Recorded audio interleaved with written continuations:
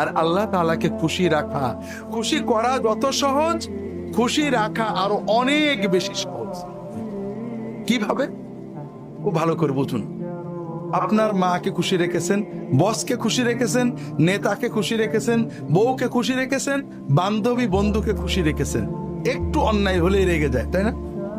আল্লাহ তাআলা কত ভালোবাসেন বান্দাকে।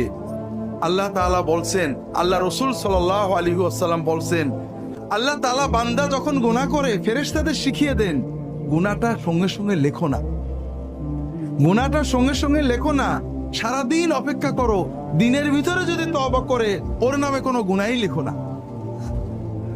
আল্লাহ তাআলা রাত্রি বেলায় হাত বাড়িয়ে দেন, বান্দাকে বলেন যে বান্দা দিনের বেলায় গুনাহ করেছো, এখন গভীর রাত, কাউকে লাগবে না, তুমি তওবা করো।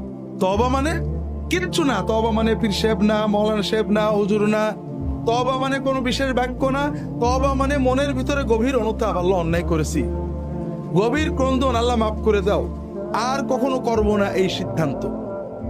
আল্লাহ বলেন বান্দা আমি এই হাতটা বাড়িয়ে রেখেছি, রাতের গভীরে একাকী, কেউ জানবে না, তুমি একটু মনের সিদ্ধান্ত নাও, আমার কাছে ক্ষমা চাও, তোমার সব গুনাহ ক্ষমা করে দেওয়া।